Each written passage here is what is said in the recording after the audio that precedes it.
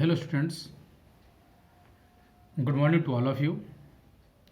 Today in this lecture we will discuss about the term garbage collection. Okay, garbage collection means we can say in computer science garbage collection is a type of memory management.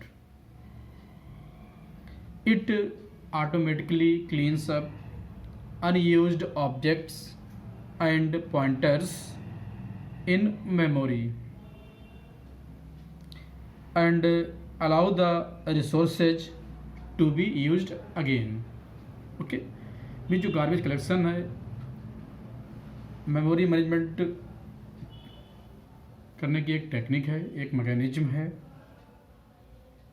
Garbage collection may also be done at compile time when a program's source code is compiled into an executable program. Okay,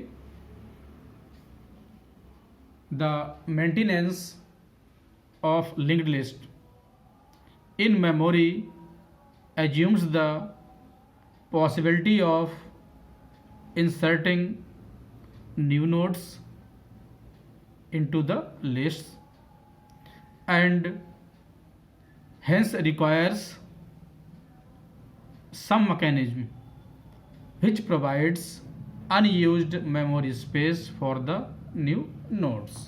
Okay, means जो garbage collection है इसको हम एक memory management mechanism कह सकते हैं.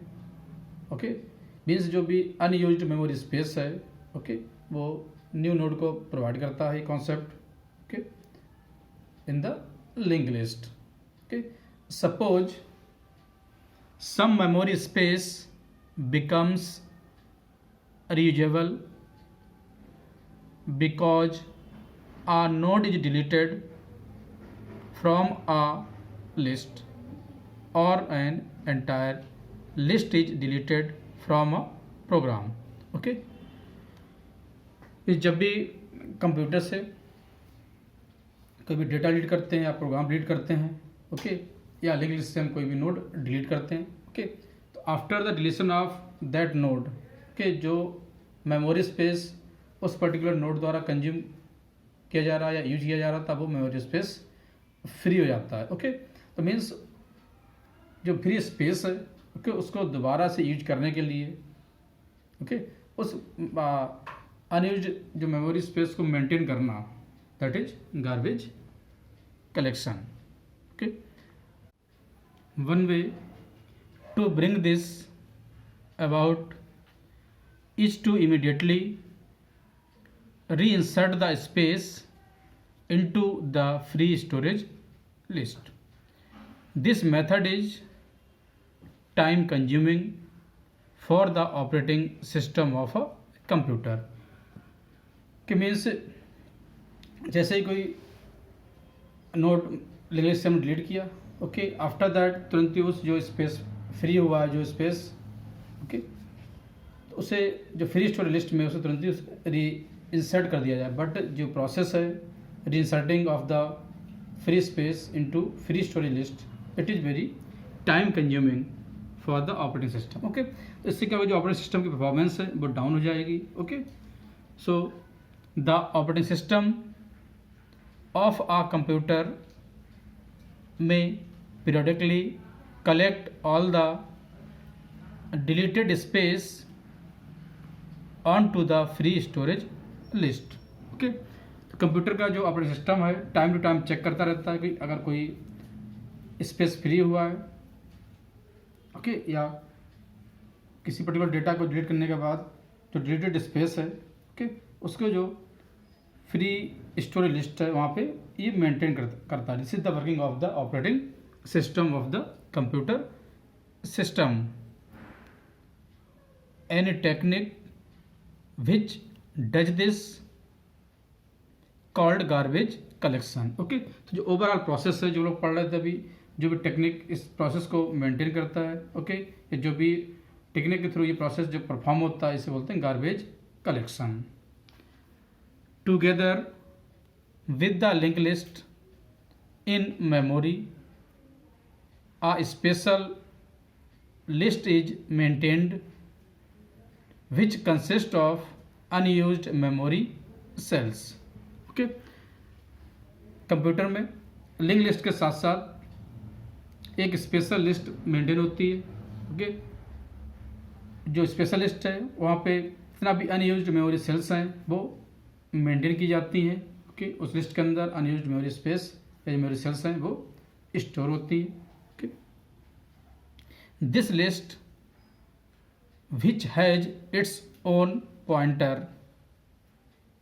is called the list of available space or the free storage list। Okay, जो जहाँ पे ये अनयूज्ड मेमोरी सेल्स मेंटेन होती हैं, ओके, उस लिस्ट को बोलते हैं free storage list. Okay, and जो फ्री स्टोरेज लिस्ट है इसका अपना एक पॉइंटर वर्क करता है। ओके, मीन्स जो इंडिकेट करता है फ्री स्टोरेज स्पेस को या फ्री मेमोरी सेल्स को in the computer memory. Then the unused memory cells in the array will also be linked together to form a linked list using avail as its list pointer variable। Okay, means जो unused memory sales हैं okay तो आपस में linked होके एक link list का रूप लेती हैं। ओके, एंड ये जो लिस्ट है इसे बोलते हैं अवेल लिस्ट। ओके, और जो अवेल पॉइंटर है इस पर्टिकुलर लिस्ट को पॉइंट करता या जो अवेल वेरिएबल है उसकी हेल्प से इस जो लिस्ट है ओके उसको पॉइंट किया जाता है। Hence this free storage list will also we called the avail list. Okay, जहाँ पर ये अनयूज्ड मेमोरी सेल्स हैं या जो फ्री स्पेस है कलेक्ट हो रहा स्टोर हो रहा है ओके उसे बोलते हैं avail list. Avail list means available space, available memory cells. Okay student, this is about the garbage collection. Okay, and next जो लोग पढ़ेंगे that is overflow. Overflow means sometimes new data are to be inserted into a data structure but there is no available space, means the free storage list is empty. This situation is usually called overflow. Okay students, जैसा कि हम लोगों ने previous Q data structure में भी पढ़ा था overflow, stack data structure में भी पढ़ा था overflow. Okay, stack data structure की बात करें, जब भी हम कोई new node new element stack में इंसर्ट करना चाह रहे थे ओके तो पहले हम स्टैक का जो स्पेस है उसको चेक करते थे, मीन्स स्टैक में फ्री स्पेस अवेलेबल है या नहीं है। ओके, अगर सपोज स्टैक का साइज है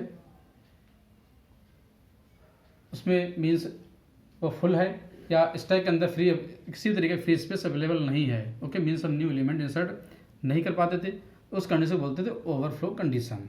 ओके, सेम लिंक लिस्ट के केस में ओके जब भी हम डेटा स्ट्रक्चर में कोई न्यू एलिमेंट या न्यू डेटा इंसर्ट करना चाहते हैं उस टाइम पे अगर वहाँ पे अवेलेबल स्पेस या फ्री स्टोरेज लिस्ट एम्प्टी है okay means free storage space available नहीं है ओके तो उस सिचुएशन में क्या कहेंगे हम overflow। okay, the overflow will occur when avail equal to null and there is an insertion। okay, when avail equal to null means जो avail pointer है avail list का okay अगर उसकी जो वैल्यू है null है it means there is no empty space, there is no free space available in the avail list। Okay तो उस केस में क्या कोई भी न्यू लिंक लिस्ट के अंदर न्यू नोड इंसर्ट नहीं कर पाएंगे. Okay, so this is about the overflow situation. Okay, and next term is the underflow. The term underflow refers to the situation where one wants to delete data from a data structure that is empty.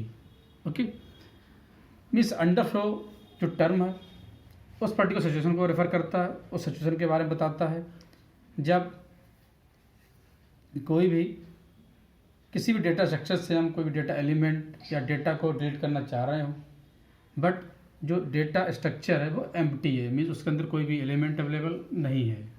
Okay, तो उस case में underflow जो situation है वो अकर होती है. जैसे suppose अगर बात करें हम लिंक लिस्ट की, कि अगर लिंक लिस्ट के अंदर लिंक लिस्ट से जो अवेलेबल नोड्स हैं उनमें से किसी नोड्स को हम डिलीट करना चाह रहे हैं, बट लिंक लिस्ट के अंदर कोई भी नोड अवेलेबल नहीं है. ओके, तो उस केस में क्या है, अंडरफ्लो कंडीशन अकर होगी. Okay, the underflow will occur when start equal to null and there is a deletion. Okay, जो अंडरफ्लो कंडीशन अकर कब होगी, जब स्टार्ट इक्वल टू नल है. ओके, मीन जो स्टार्ट पॉइंटर है लिंक लिस्ट में उसकी वैल्यू नल है. नल उसी केस में होगी जब लिंक लिस्ट के अंदर कोई भी नोड अवेलेबल ना हो, लिंक लिस्ट एम्प्टी हो. ओके, ऑब्वियस सी बात, अगर लिंक लिस्ट एम्प्टी है, कोई भी नोड अवेलेबल नहीं है, तो उसके अंदर डिलीशन जो ऑपरेशन है वो पॉसिबल नहीं है, और ये अंडरफ्लो कंडीशन या अंडरफ्लो सिचुएशन ये अकर हो जाएगी. स्टूडेंट्स, नेक्स्ट लेक्चर्स में हम लोग लिंक लिस्ट के अंदर इंसर्शन ऑपरेशन, डिलीशन ऑपरेशंस पढ़ेंगे. वहाँ पे इंसर्शन के केस में अगर लिंक लिस्ट के अंदर कोई नोड इंसर्ट करना चाह रहे हैं तो ओवरफ्लो कंडीशन को चेक करेंगे. ओके, अगर सपोज जो लिंक लिस्ट है उसके अंदर किसी जो एग्जिस्टिंग नोड है अगर उसे हम डिलीट करना चाह रहे हैं, ओके, तो वहाँ पे अंडरफ्लो जो कंडीशन है वो चेक करेंगे students. Okay students, this is about the overflow and underflow situation in link list data structure. Okay, thank you students.